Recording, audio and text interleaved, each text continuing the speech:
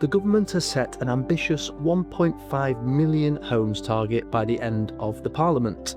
So far, the focus has been very much about building new, think the New Towns programme and the new policy around Grey Belt. But are we doing enough to make the most of the buildings we already have? Across the northwest, there are thousands of buildings with the potential to be converted into residential use. But the cost and complexity of these projects is sometimes prohibitive. I'm Dan Whelan, Deputy Editor of Place Northwest, and joining me to talk about the challenges and opportunities of retrofitting existing buildings are Crystal Jenkins, Associate Director at Overford, and Tim Heatley, Co-founder of Capital & Centric. Why is this important?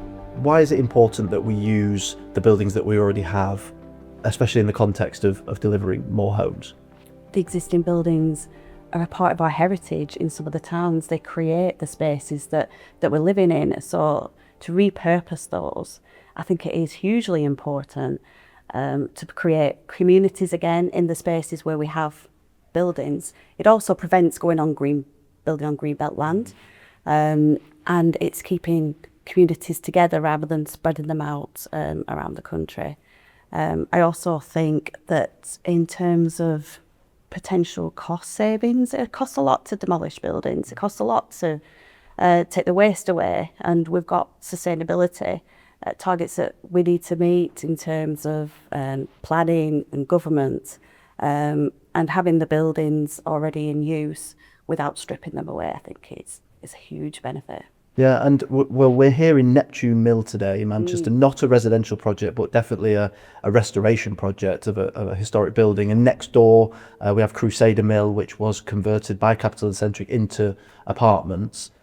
How do you view this situation? Because you're doing new build stuff as well, but it's part of your identity, isn't it, as a business to bring these buildings back to life? Yeah, 80% of what we do is new build, but often that's on brownfield sites as well. And we're able to unlock those brownfield sites and kind of, if you like, justify the new build and that level of density, because often there's a restoration conversion element to it as well.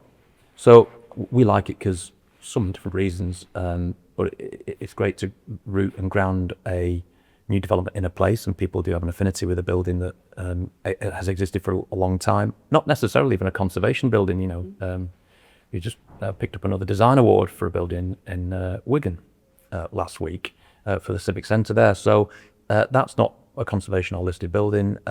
It's probably equally loved and loathed, but has a good functional and economic purpose.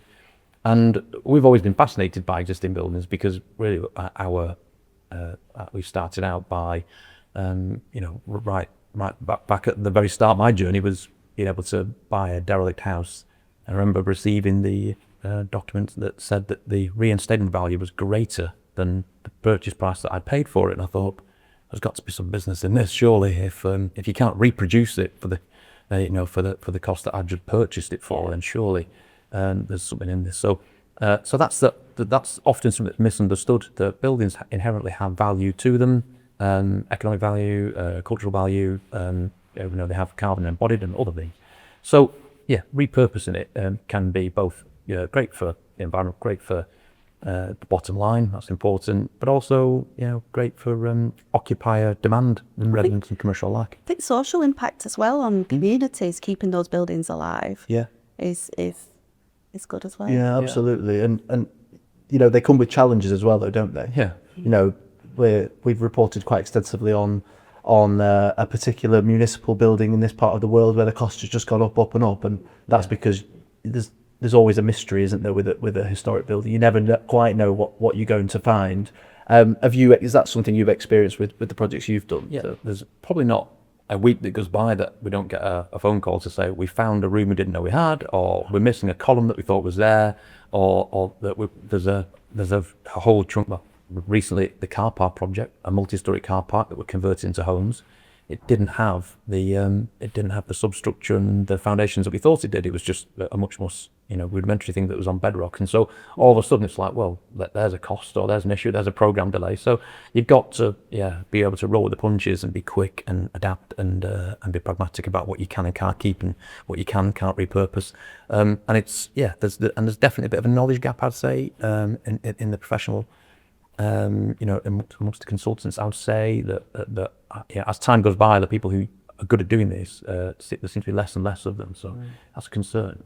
Yeah. Crystal, what would you say to that in terms of the skills required to do this? And, if a developer's looking at a potential site and there's a listed building or, just a normal older building. It doesn't even have to be listed. Absolutely. And they're thinking, do I want to really get stuck into this? What would you say to that?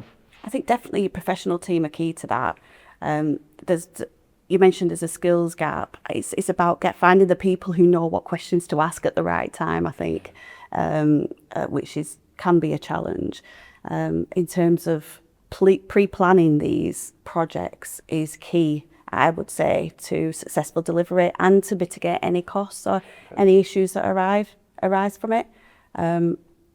Definitely putting the effort in up front, you will get the rewards further on down the line.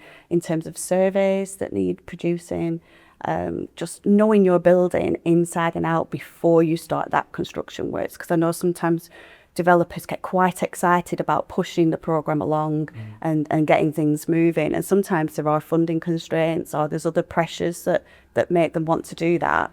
But in terms of a successful project and getting the costs right, I would say the more time you have up front before you commence site, doing the surveys, doing your takeoffs, knowing exactly what your building is key. Yeah, absolutely. Yeah. Like you say, to mitigating some of those costs as well. Yeah. Tim, what's the sort of the funding market's attitude and appetite for projects like this? Are they interested, or are they kind of quite risk averse? They are interested. It helps to have a track record of it.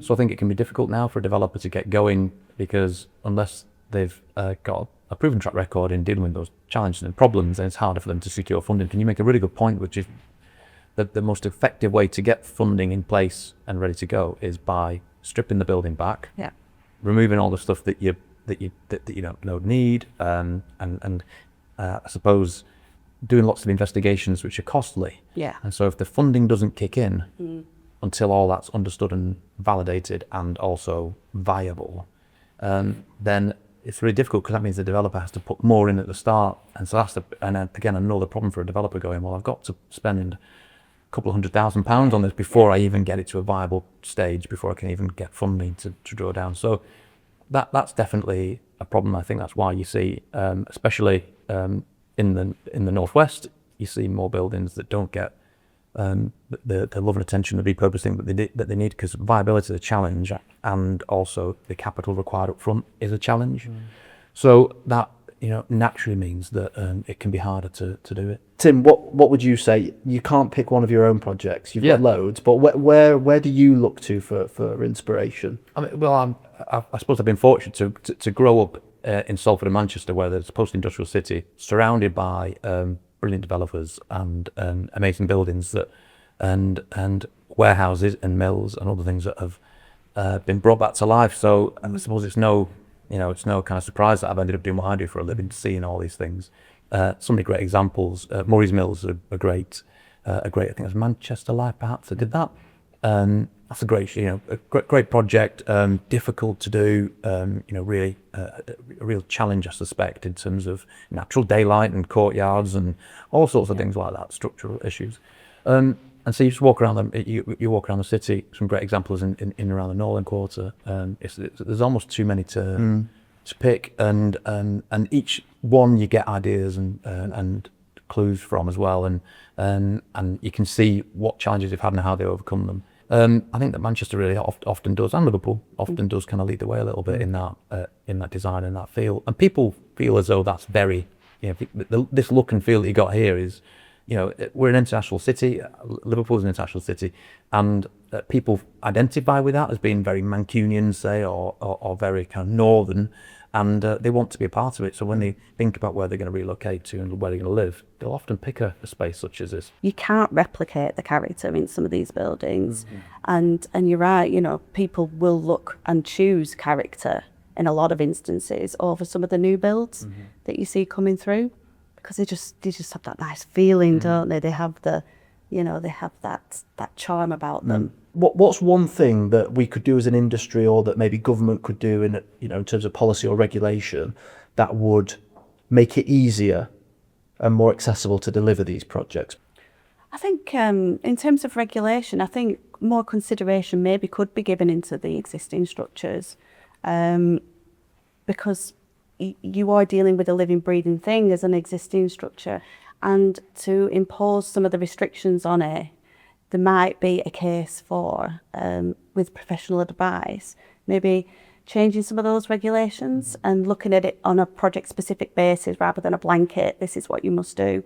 There might also be reasons for tax breaks per se when purchasing during the build, because I know new builds are at 0 VAT rated, for example, whereas refurbishments, they're at 5% or sometimes more. So there are things government can do to bring life into these buildings, which I think should be explored. Yeah, I'm sure it sounds sensible. Tim, what would you say? I mean, the tax thing's interesting as well, isn't it? Like, that for us, the biggest problem is actually the fees associated, the legal fees, accounting fees associated with processing the VAT and the tax treatment of it. It's like it can often be a couple £100,000 alone in fees just alone to do it. Is way too complicated. They could make it a lot simpler. That would help. So I'm not even asking for less tax. I'm just saying, could you just make it simpler, please? Just that would help a lot. And that puts people off. The other, I suppose, the other thing is, I wonder if it's almost at the minute you get there are no rates to pay on a conservation listed building if it's empty, and I get it. I think it was brought in to prevent people kind of burning them down or ripping them down unnecessarily. But I wonder if that's now acted as more of a disincentive. And these buildings are sat there because, in a way, the owner doesn't need to, don't really care. So there might need to be a little bit more of a carrot or stick to kind of accelerate that a little bit.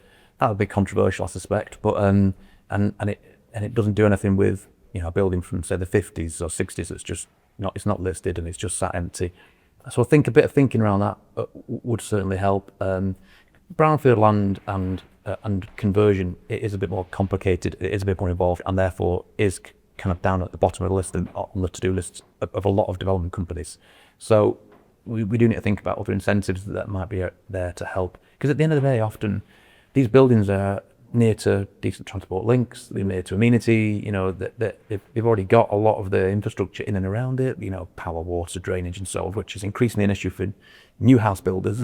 So it seems to me like it would make a bit more sense and could absolutely speed up delivery and supply if there was some other, strings and mechanisms that you can use to show a delivery. There is one incentive coming out this year. Well, I say incentive. 1st of October, building safety levy comes in, which is all on all residential units. And for conversions, I think the rate's going to be 50% lower than new build. So while there's another levy coming in, which nobody kind of wants, but there is still an incentive there to repurpose brownfield. Really interesting, fantastic. Thank you so much. I've learnt a lot. To learn more about how Overford can help you with your residential conversion project, visit overford.com.